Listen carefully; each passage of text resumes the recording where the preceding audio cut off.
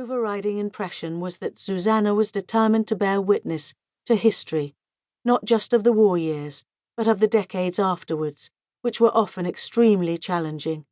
I will be forever humbled by her courage and resilience in the face of so much suffering, prejudice, and adversity. In spite of all that she endured, she remained a life-enhancing spirit who wished the world to know that she'd been healed by music and the love of her mother and husband. It has been one of the greatest privileges of my life to fulfill that wish. Wendy Holden, London 2018.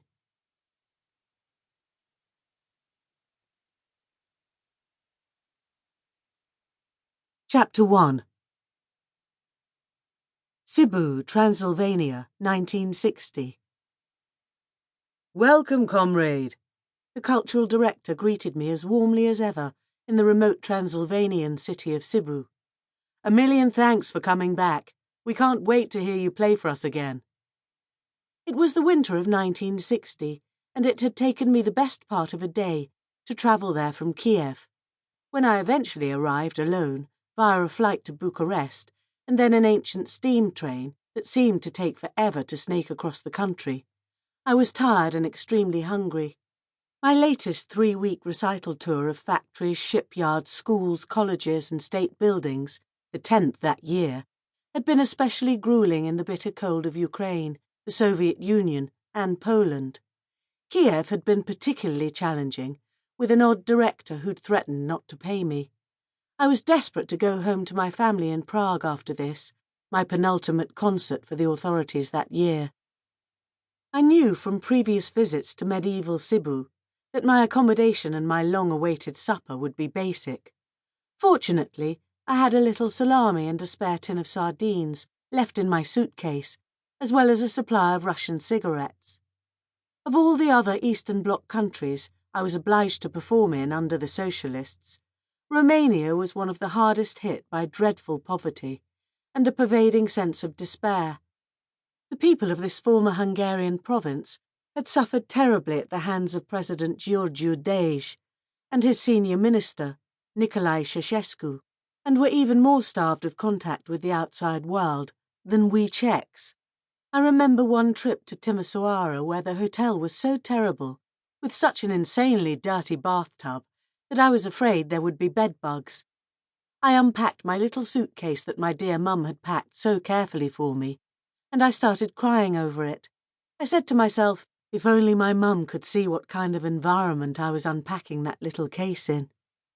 In Cebu, conditions were much the same, yet the musical director, who was thrilled by the arrival of any artist under the state cultural programme, somehow managed to lift my spirits every time.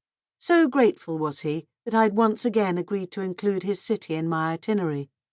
Everything is ready for you in your quarters, he assured me, words that had gladdened my heart on my first visit there a few years earlier, until I saw my unheated room.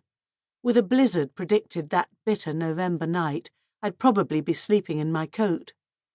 My recital of early music the following evening would be in the hall of a building that doubled as a cinema. Accompanied by Cebu's enthusiastic musicians, I didn't expect it to be my most memorable performance, but I knew that the appreciation would be genuine and heartfelt. Long before I pulled on the green velvet ball gown that my mother had had her seamstress make for me, however, I was paraded around town as usual, having my photograph taken with Communist Party officials at the administrative headquarters before visiting workplaces and schools. The pupils were always most receptive, especially if they had musical ambitions, and seemed to regard me as a kind of celebrity. In one classroom that day, I spoke to a group who were the same age I had been when Hitler finally invaded Czechoslovakia, 12 years old. As always, I shared with them my passion for music and my deep connection with Johann Sebastian Bach. Bach was love at first hearing, when I was only 8 years old, I told them.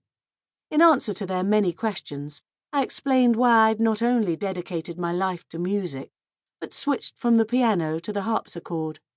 Some people think of the harpsichord as a feudal instrument, a 16th century wooden artifact that belongs in a museum.